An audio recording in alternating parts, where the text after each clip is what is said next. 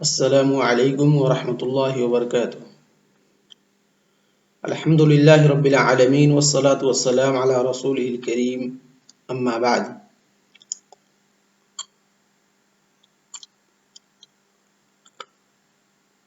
فاعوذ باللہ السمیع العلیم من الشیطان الرجیم۔ اللہ یصطفی من الملائکۃ رسلا ومن الناس ان اللہ سمیع بصیر یعلم ما بین ایدیہم وما خلفہم وإلی اللہ ترجع الامور۔ یا ایہا الذین آمنوا ارکعوا واسجدوا واعبدوا ربکم وافعلوا الخیر لعلکم تفلحون وجاہدوا فی اللہ حق جہادہ هو اجتباکم وما جعل علیکم فی الدین من حرج ملۃ ابیکم ابراہیم هو سماکم المسلمین من قبل وفی هذا لیکون الرسول شہیدا علیکم وتکونوا شہداء علی الناس فاقیموا الصلاة وآتوا الزکاة واعتصموا باللہ هو مولاکم فنعم المولا ونعم النصیر۔ اللہ رب العالمین اس آیت کے اندر اللہ یصطفی من الملائکۃ رسلا فرما رہا ہے کہ اللہ رب العالمین فرشتوں میں سے اپنے قاصد، یہاں رسول جو سے مراد رسل جو ہے یہ رسول کی جمع ہے، جس کے معنی کیا ہیں؟ قاصد اور پیغمبر کے ہیں، قاصد کے ہیں اور پیغمبر کے ہیں، نبی کے معنی میں اور رسول کے حقیقی معنی میں نہیں ہے، بلکہ اپنے لغوی معنی میں ہیں یہ۔ یعنی اللہ رب العالمین ہے جو فرشتوں میں سے اپنے قاصد کو، اپنے پیغام کو پہنچانے والا چنتا ہے، وَمِنَ النَّاسِ اور اسی طریقے سے رسولوں میں سے چنتا ہے۔ تو اللہ رب العالمین نے اپنے پیغام کو پہنچانے کے لیے فرشتوں میں سے بھی رسولوں کو چنا ہے، یعنی قاصد کو چنا ہے، اور اپنے بندوں میں سے بھی رسول بنایا ہے، ان کو قاصد بنایا ہے۔ تو اللہ رب العالمین نے فرشتوں میں سے جن کو چنا ہے، حضرت جبریل علیہ السلام جو اللہ رب العالمین کا پیغام لے کر کے شریعت کے احکام، شریعت کے اوامر و نواہی اور رسالت لے کر کے اللہ کے رسول صلی اللہ علیہ وسلم کے پاس آتے تھے، اور اس کے بعد اللہ رب العالمین نے اپنے بندوں میں سے، لوگوں میں سے رسول کو چنا جیسے محمد صلی اللہ علیہ وسلم، اور ان تک حضرت جبریل علیہ السلام پہنچاتے تھے۔ اس کے بعد حضرت جبریل علیہ السلام جب اللہ کے رسول صلی اللہ علیہ وسلم کو، چاہے وہ قرآن رہی ہو، چاہے وہ سنت رہی ہو، تمام چیزیں جو اللہ رب العالمین کی طرف سے ہے اللہ کے رسول صلی اللہ علیہ وسلم کے پاس آتی تھی۔ اللہ کے رسول صلی اللہ علیہ وسلم جیسا کہ اللہ رب العالمین نے ان کو حکم دیا تھا، یا ایھا الرسول بلغ ما انزل الیک من ربک، کہ اے رسول جو کچھ بھی تمہارے رب کی طرف سے تمہارے اوپر نازل کیا گیا ہے، ان تمام چیزوں کو تم اللہ رب العالمین تک پہنچاؤ، اور اللہ رب العالمین کے پاس، اللہ رب العالمین کے پیغام کو لوگوں تک پہنچاؤ، لوگوں کو اس پیغام کی دعوت دو، اس کی طرف تمام لوگوں کو بلاؤ۔ اس کے بعد اللہ رب العالمین نے جیسا کہ اس آیت کے اندر فرمایا کہ اللہ رب العالمین نے فرشتوں میں سے اور انسانوں میں سے اپنے قاصد کو، اپنے پیغمبر کو چنا، تو کس لیے چنا تھا اللہ رب العالمین نے؟ اپنے دین کی شریعت کی تبلیغ کے لیے، نہ کہ الوہیت میں اور ربوبیت میں شریک ٹھہرانے کے لیے کہ یہ لوگ چاہے فرشتے ہوں، چاہے انسانوں میں سے رسول ہوں، کہ اللہ رب العالمین کے الوہیت اور ربوبیت میں یہ لوگ کیا ہیں، اور اللہ رب العالمین کی خدائی میں یہ کیا ہیں، یہ لوگ شریک ہے۔ ایسا بالکل نہیں ہے۔ اس کے لیے اللہ رب العالمین نے ان لوگوں کو نہیں چنا، بلکہ یہ لوگ کیا ہیں، اللہ رب العالمین کے پیغمبر ہیں، اللہ رب العالمین کی طرف سے قاصد ہیں، جو اللہ رب العالمین کے پیغام کو لوگوں تک، فرشتوں تک پہنچاتے ہیں، اور فرشتے جو اللہ رب العالمین کا پیغام رسولوں تک پہنچاتے ہیں، اور پھر یہ رسول ان پیغام کو انسان بنی نوع انسان کو دیتے ہیں۔ اس کے بعد اللہ رب العالمین فرماتا ان اللہ سمیع بصیر، کہ بے شک اللہ رب العالمین سننے والا ہے، اللہ رب العالمین دیکھنے والا ہے۔ تو یہاں پر اللہ رب العالمین نے استفاء رسل اور استفاء قاصد کے بعد کہا ان اللہ سمیع بصیر، کہ اللہ رب العالمین دیکھنے اور سننے والا ہے، یعنی کہ اللہ رب العالمین اس سے یہ بتلانا چاہتا ہے کہ اللہ رب العالمین کے پاس علم ہے، اللہ رب العالمین ہم لوگوں سے بہتر جانتا ہے کہ اللہ رب العالمین کس کو فرشتہ چنے، کس کو اپنا قاصد چنے فرشتوں میں سے، اور کس کو اپنا قاصد چنے انسانوں میں سے، کون اس کی رسالت کے لیے فرشتوں میں سے بہتر ہے اور کون اس کی رسالت کے لیے انسانوں میں سے بہتر ہے۔ جیسا کہ اللہ رب العالمین سورہ انعام کے اندر ارشاد فرماتا ہے اللہ اعلم حیث یجعل رسالتہ، کہ اللہ رب العالمین اس چیز کے تعلق سے بہتر جانتا ہے، اللہ رب العالمین کے پاس اس چیز کے تعلق سے بہتر علم ہے کہ وہ اپنی رسالت کو کہاں پر رکھے، کس کو نبی بنائے، کس کو نبوت سے سرفراز کرے، کس کو اپنا نبی اور رسول اور اپنی رسالت کے لیے اور اپنے دین کے اور اپنی شریعت کے احکام اور بوجھ کس پر ڈالے، اللہ رب العالمین ان تمام چیزوں کے تعلق سے بہتر جانتا ہے۔ اس کے بعد کہا یعلم ما بین ایدیہم وما خلفہم وإلی اللہ ترجع الامور، کہ یہ لوگوں اللہ رب العالمین تمام چیزوں کو بخوبی جانتا ہے، بہتر طریقے سے جانتا ہے۔ یعلم ما بین ایدیہم وما خلفہم، جو کچھ تمہارے آگے ہے، جو کچھ تم نے آگے کر کے بھیجے ہیں اور جو کچھ تمہارے پیچھے ہے، یعنی ابھی تم نے نہیں کیا ہے تم بعد میں کرو گے، اللہ رب العالمین تمام چیزوں کا علم ہے، اللہ رب العالمین تمام چیزوں کو جانتا ہے۔ وإلی اللہ ترجع الامور، اور تمام معاملات کا مرجع، تمام چیزوں کا رجوع کس کی طرف ہے؟ اللہ رب العالمین کی طرف ہے، اور تمام کے تمام کام اللہ رب العالمین کی طرف لوٹائے جائیں گے۔ تو جب اللہ رب العالمین نے ہم کو یہ بتلا دیا ہے کہ تمام چیزوں کا مرجع، تمام چیزوں کا رجوع میرے ہی طرف ہے، تو کیوں انسان اللہ رب العالمین کی نافرمانی کرتا ہے؟ یعنی انسان کو چاہیے کہ وہ اللہ رب العالمین کا ایک تابع، مطیع و فرما بردار بندہ بن کر کے رہے، کیونکہ انسان کچھ بھی کر لے، کتنی بھی کوششیں کر لے، وہ اللہ رب العالمین کے عذاب سے اور اللہ رب العالمین کی پکڑ سے وہ بچ نہیں سکتا ہے، بلکہ تمام لوگوں کا رجوع اللہ رب العالمین کی طرف ہے۔ جب یہ ساری چیزیں ہمیں معلوم ہے تو کیوں نہ ہم ایسا راستہ اختیار کریں جو ہماری نجات، کامیابی، کامرانی، فلاح، بہبودی کا راستہ ہو۔ اس کے بعد اللہ رب العالمین وہی کہہ رہا ہے کہ لوگوں، جب تمہارا مرجع اللہ رب العالمین ہی کی طرف ہے، تم کو اللہ رب العالمین ہی کی طرف لوٹ کر کے جانا ہے، تو کیوں نہ ایسا کام کرو جس کا اس نے تمہیں حکم دیا ہے، کیوں وہ کام نہیں کر رہے ہو؟ یعنی وہ اللہ رب العالمین اس کا تذکرہ کر رہا ہے، یا ایھا الذین آمنوا ارکعوا واسجدوا واعبدوا ربکم وافعلوا الخیر لعلکم تفلحون، کہ لوگوں جو ایمان لائے ہو، آمنوا ارکعوا واسجدوا، یہاں پر جز بول کر کے کل مراد لیا جا رہا ہے کہ رکوع سجدے میں لگے رہو، یعنی کہ نماز پڑھتے رہو۔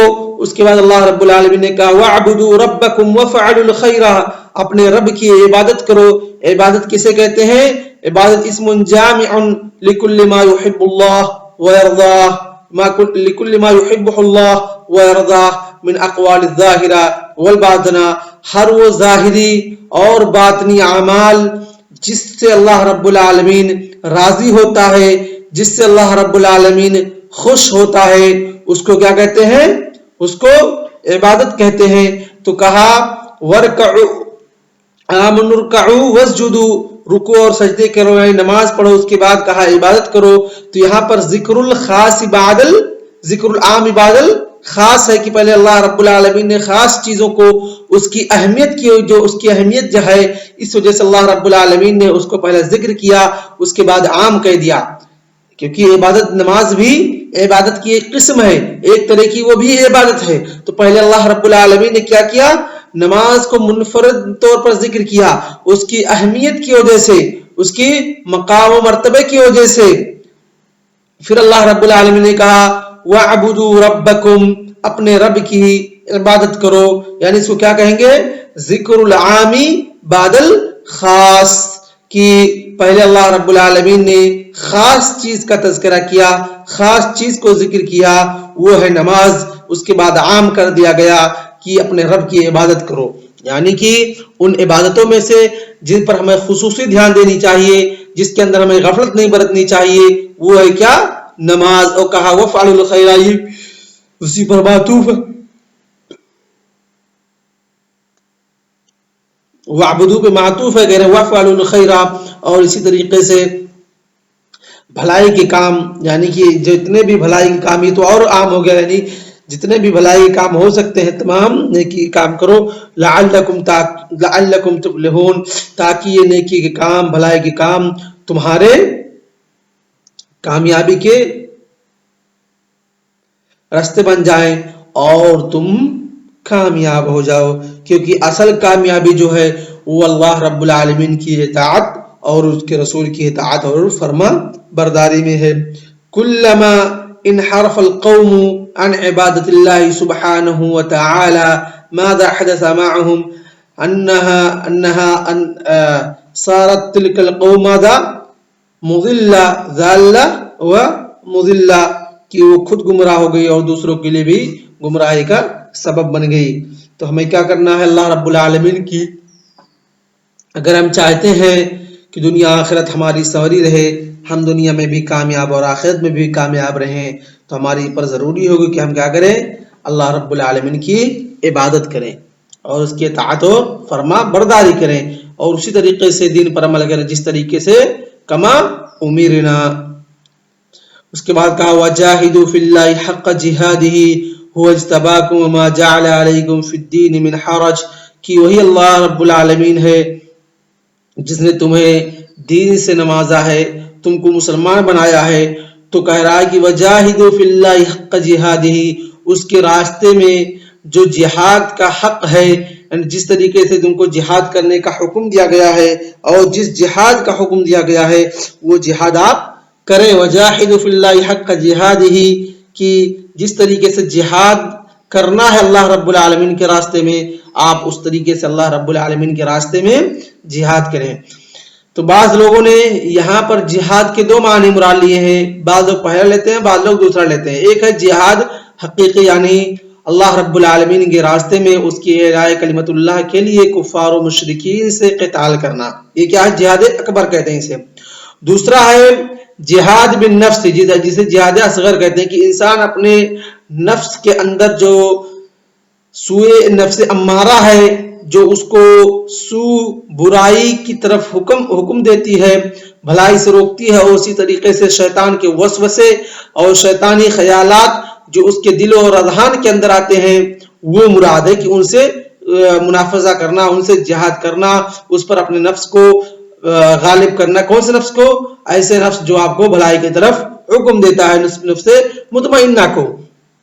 لیکن راجح قول کے مطابق مفسرین جس طرف گئے ہیں کہ وجاہدوا فی اللہ حق جہادہ سے یہاں جو مراد ہے وہ کیا ہے؟ جہاد اکبر ہے، کہ اللہ رب العالمین کے راستے میں اعلاء کلمت اللہ کے لیے جہاد کرنا، کیونکہ اسی کے اندر مسلمانوں کی کامیابی اور ان کے کامرانی اور فلاح بہبودی کے راز پنہاں ہیں۔ کیونکہ جب تک مسلمان جو جہاد کے طریقے ہیں اس پر عمل کرتے رہیں گے، وہ ہمیشہ دنیا کے اندر غالب رہیں گے، کبھی مغلوب نہیں ہوں گے، کیونکہ جب اللہ رب العالمین کا دین غالب رہے گا تو اس کے متبعین آٹومیٹکلی کیا ہوں گے؟ غالب ہوں گے۔ کہا وَاجْتَبَاكُمْ وَمَا جَعَلَ عَلَيْكُمْ فِي الدِّينِ مِنْ حَرَجٍ، اور وہی اللہ رب العالمین ہے جس نے تم کو چنا ہے، تمہارا اختیار کیا ہے، تم کو اپنا برگزیدہ نیک اور صالح بندہ بنایا ہے۔ وما جعل علیکم فی الدین من حرج، اور تمہارے دین کے اندر کسی طریقے سے کوئی تنگی، کسی طریقے سے کوئی پریشانی اور کوئی چیز نہیں رکھی ہے، بلکہ اللہ رب العالمین نے تمہارے اوپر انہی چیزوں کو مکلف کیا ہے، انہی چیزوں کو کرنے کا حکم دیا ہے جس کو تم کر سکتے ہو اور بجا لا سکتے ہو. جیسا کہ اللہ رب العالمین فرماتا ہے لا یکلف اللہ نفسا الا وسعها، کہ اللہ رب العالمین اتنے ہی انسان کو حکم دیتا ہے اور اتنے چیزیں اس کی کرنی ہے جتنا اس کے طاقت کے اندر، اس کے بس کے اندر ہو سکتی ہیں. اور اسی طریقے سے ایک بخاری کی حدیث ہے، اللہ کے رسول صلی اللہ علیہ وسلم نے فرمایا الدین یسر، کہ ہمارا دین کیا ہے؟ آسانی والا دین ہے. سختی اور بیجا ایسے اعمال مرتب کرنا جو انسان کے بس کے باہر ہوں، ایسا دین نہیں ہے، یعنی یسر والا ہے، عسر والا نہیں ہے. ملت ابیکم ابراہیم، تمہارے اپنے باپ ابراہیم علیہ الصلوۃ والسلام کے دین کو لازم پکڑو. کیوں؟ کیونکہ عرب جو تھے وہ اسماعیل علیہ الصلوۃ والسلام کی اولاد تھے، تو گویا کہ وہ حضرت ابراہیم علیہ الصلوۃ والسلام کی اولاد ہوئے. اسی وجہ سے اللہ رب العالمین نے کیا کہا؟ ملت ابیکم ابراہیم، کہ تمہارے باپ اس طریقے سے حضرت ابراہیم علیہ الصلوۃ والسلام کے کیا ہوئے؟ ایک طریقے سے باپ لگتے ہیں گرچہ اوپر جا کر کے. تو کہا ملت ابیکم ابراہیم، کہ اپنے باپ ابراہیم علیہ الصلوۃ والسلام کے دین کو لازم پکڑو. کون سا دین؟ وہ دین جو کہ دین حنیف تھا، دین صراط مستقیم تھا، جو انسان کو ایک اللہ رب العالمین کی طرف بلاتا تھا، ایک اللہ رب العالمین کی عبادت کی دعوت دیتا تھا، ایک اللہ رب العالمین کی عبادت کی دعوت دیتا تھا. کہا ہوا سماکم المسلمین. پھر اس الفاظ کے اندر مفسرین کا اختلاف ہے کہ ہوا سے مراد اللہ رب العالمین ہے، اور بعض کہتے ہیں ابراہیم علیہ الصلوۃ والسلام ہے. کہا ہوا سماکم المسلمین، وہی ہے جس نے تمہارا نام مسلمان رکھا، چاہے ابراہیم علیہ الصلوۃ والسلام یا اللہ رب العالمین. من قبل وفی ھذا لیکون الرسول شہیدا علیکم، من قبل، اس سے، من قبل اس قرآن سے پہلے، وفی ھذا لیکون الرسول شہیدا علیکم، اور اس میں بھی تاکہ پیغمبر تمہارے اوپر کیا ہو جائیں؟ گواہ ہو جائیں. اور وتکونوا الشہداء علی الناس، اور تم لوگوں کے اوپر کیا ہو جاؤ؟ گواہ بن جاؤ. اور یہ گواہی کب ہوگی؟ کل قیامت کے دن ہوگی. کہا واعتصموا باللہ، اور اللہ رب العالمین کو مضبوطی کے ساتھ پکڑ لو، اس کے دین کی اتباع کرو. اللہ رب العالمین نے جن چیزوں کو شریعت کے اندر کرنے کا حکم دیا ہے اس کو بجا لاؤ. ہوا مولاکم، وہی تمہارا حقیقی مالک ہے، وہی تمہارا حقیقی والی ہے. فنعم المولا ونعم النصیر، پس اللہ رب العالمین کتنا ہی بہتر اچھا مالک ہے اور کتنا بہتر مددگار ہے، کہ جو اپنے بندے کو کبھی بھی، وہ بندہ جو اللہ رب العالمین کو لازم پکڑتا ہے، وہ بندہ جس نے اللہ رب العالمین کی شریعت کو لازم پکڑا ہے، اللہ رب العالمین ایسے بندے کو، ایسے مسلمان کو کبھی بھی کی زندگی کے کسی بھی موڑ پر اکیلا نہیں چھوڑتا، بلکہ اللہ رب العالمین ہمیشہ جب بندہ اس کو اپنا حقیقی مولا سمجھتا ہے، اپنا حقیقی مالک سمجھتا ہے، تو اللہ رب العالمین اس بندے کے لیے حقیقی ناصر اور مددگار ہو جاتا ہے، کہ اللہ رب العالمین بہت بہتر مددگار اور بہت بہتر ناصر ہے، جو ہمیشہ تمہاری مصیبتوں، پریشانیوں اور آلام و مصائب کے وقت ہمیشہ تمہارے ساتھ کھڑا رہتا ہے. تو آج کا درس ہم اسی پر اکتفا کرتے ہیں. وصلی اللہ علی نبینا محمد وعلی آلہ وصحبہ اجمعین. والسلام علیکم ورحمۃ اللہ وبرکاتہ.